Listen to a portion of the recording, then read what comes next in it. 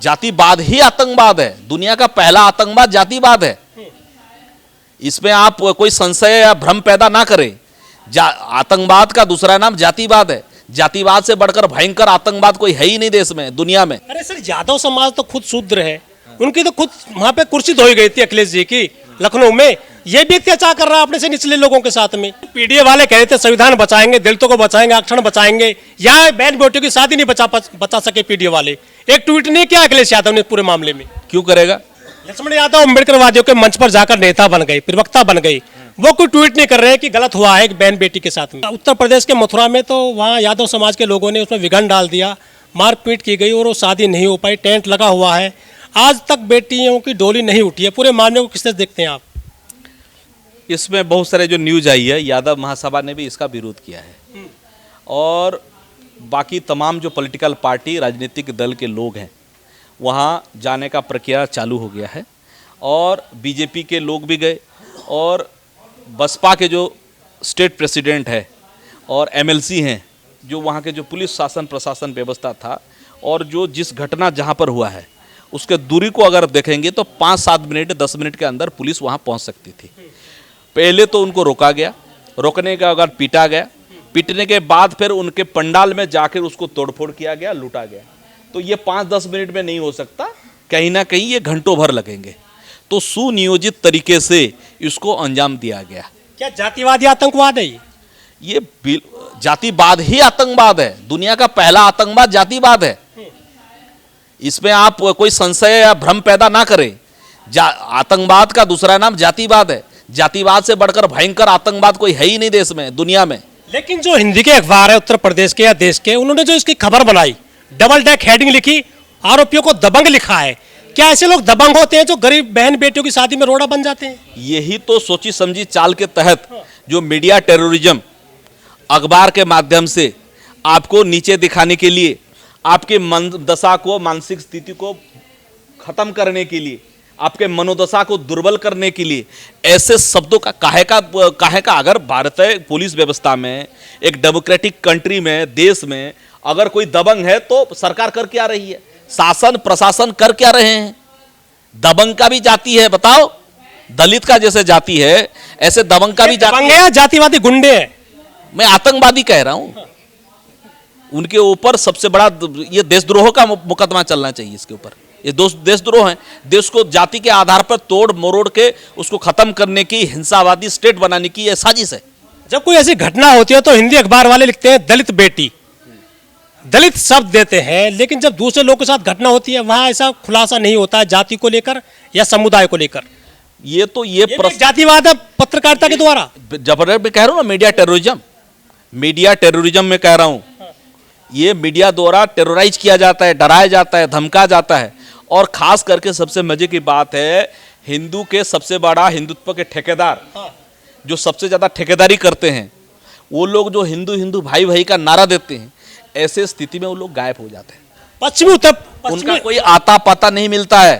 पश्चिमी उत्तर प्रदेश में खाप पंचायत है, लंबरदार है, मूंछों में अंटा देने वाले लोग जो डिसीजन ले लेते हैं बिना कोर्ट कचहरी के, फैसला सुना देते हैं पंचायतों में, वो लोग आज कहां गए? क्यों नहीं उनका हुक्का पानी बंद किया है आरोपियों का? जो आप कह रहे हो कि जो खाप पंचायत है और अपने 5 लटका पंच और 4 लटका चौधरी बनते हैं, ये लोग योगी जी को चप्पल दिखा रहे हैं, मोदी जी को चैलेंज कर रहे हैं कि तू कितना बड़ा शासक हो सकता है, बड़ा 56 इंच का सीना, लेकिन हमारे सामने तू कुछ भी नहीं है, तेरा हैसियत नहीं है, तेरा औकात नहीं है। योगी बाबा तेरा क्या औकात है? देखो, एक लड़की का हमने बारात रुकवा दिया, उसको पीट दिया, उसके घर में जाके लूट माट की, तुम्हारा क्या औकात है? तुम क्या उखाड़ सकते हो? कुछ नहीं कर सकती। वो मोहन भागवत को चैलेंज कर रहे हैं, वो लोग डरा रहे हैं मोचों को ऐंठ के, हमारा पंचा चलेगा, तुम्हारा संविधान नहीं चलेगा, तुम मुख्यमंत्री किस देश प्रदेश के हो? चुनौती दे रहे हैं वो। किसी भी ऑनर किलिंग के मामले में SC ST के जो युवक होते हैं उनको नंगा किया जाता है, बाल काटे जाते हैं, मुंह काला किया जाता है और पूरे गांव में घुमाया जाता है। भाई, गणतांत्रिक देश में जहाँ पे संविधान है, कानून का व्यवस्था है, हम तो यही आशा करेंगे कि उनको कानून के तहत, संवैधानिक नियम के अनुसार उनको दंड दिया जाए, उनको पनिशमेंट दिया जाए। लेकिन वो पंचायतें विक्टिम कार्ड खेल रही है, कह रहे हैं आरोपी गिरफ्तार हो गए हैं, परिवार वालों ने कोई गलती नहीं करी है, वो शादी करवा देंगे, बेटियों का खर्चा उठा लेंगे, वो कह रहे हैं कि इसमें कानूनी कार्रवाई ना हो, फैसला कर लिया जाए। कोई कहेगा आपके मुंह पे मैं थूक दिया और कहेगा कि फिर गंगा जल से साफ करा दूंगा, फिटकरी लगा दूंगा, गुलाब जल डाल दूंगा, तो आपको कैसा लगेगा? ये यादव महासभा या यादव कल्याण ट्रस्ट वो कह रहे हैं कि हम इसमें जो है क्षमा मांगते हैं। क्या ये समाज इसको स्वीकार करेगा? समाज स्वीकार करेगा नहीं करेगा, लेकिन ये समाज अभी उठ के खड़ा होकर अपने हक हकूक के लिए, अधिकार के लिए, अपनी न्याय के लिए मांग कर रहा है। मतलब है समाज एक जागरूकता के ओर जा रहा है। अरे सर, यादव समाज तो खुद शूद्र है, उनकी तो खुद वहां पे कुर्सी धोई गई थी अखिलेश जी की लखनऊ में। ये भी अत्याचार कर रहा है अपने से निचले लोगों के साथ में। देखिए, यही तो मानसिक दशा है जिसको परिवर्तन करना है। सामाजिक परिवर्तन का मतलब क्या है? सामाजिक आंदोलन का मतलब, दूसरी ओर ललित सिंह यादव उसमें पैदा हुए, उनका विचार देखिए। उन्हें रामायण को झूठा, सच्चे रामायण को सुप्रीम कोर्ट तक केस लड़ा।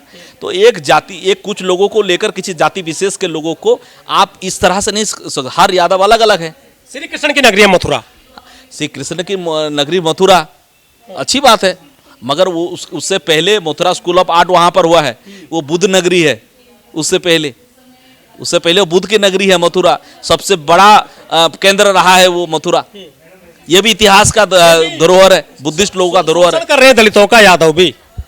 नहीं, यादव शोषण, मैं तो कह रहा हूँ, ये जो सोच है, जो एक को नीच और एक को ऊंच मानता है, ऊपर वाले को चाटो और नीचे वाले को काटो, ये सोच के ऊपर ही टिका हुआ है ये जो भेदभाव वाला था। मथुरा से कुछ दूर है बुलंदशहर, वहाँ SC/ST की बारात की चढ़ रही थी, मतलब घुड़चढ़ी हो रही थी। कथित अपर कास्ट के लोग आए, उन्होंने घुड़चढ़ी नहीं होने दी। क्या दिक्कत है घोड़ी से इन अपर कास्ट के लोगों को? तो उनको पूछा जाए, आखिरकार घोड़ी के साथ तुम्हारा क्या संबंध है? अगर घोड़ी को दिक्कत है, मैंने एक बार घोड़ी को चढ़ी, मैंने घोड़ी को पूछा, भाई क्या दिक्कत है तेरे को? तो बोला कि कुछ दिक्कत नहीं है। कॉपीराइट है क्या घोड़ी पे? अरे भाई, वही तो कह रहा हूँ। विश्व गुरु कैसे बनेगा सर? आप घोड़ी पर नहीं चढ़ सकते। विश्व गुरु थोड़ी बनेगा, वो बुद्ध के समय पे बना था। जब आपका पर कैपिटा इनकम बढ़ेगा, ह्यूमन डेवलपमेंट इंडेक्स बढ़ेगा, शिक्षा स्तर बढ़ेगा, आपके उत्पीड़न का कम होगा, आपके कितने यूनिवर्सिटी 200 के रैंक में आता है, आपको कितने नोबेल प्राइज मिले हैं, आपके अंदर कितने उच्च संस्थान है आपके पास, वही निर्धारण करता है कि आप विश्व गुरु बनेगा। विश्व के चेला भी नहीं हुआ अभी तक।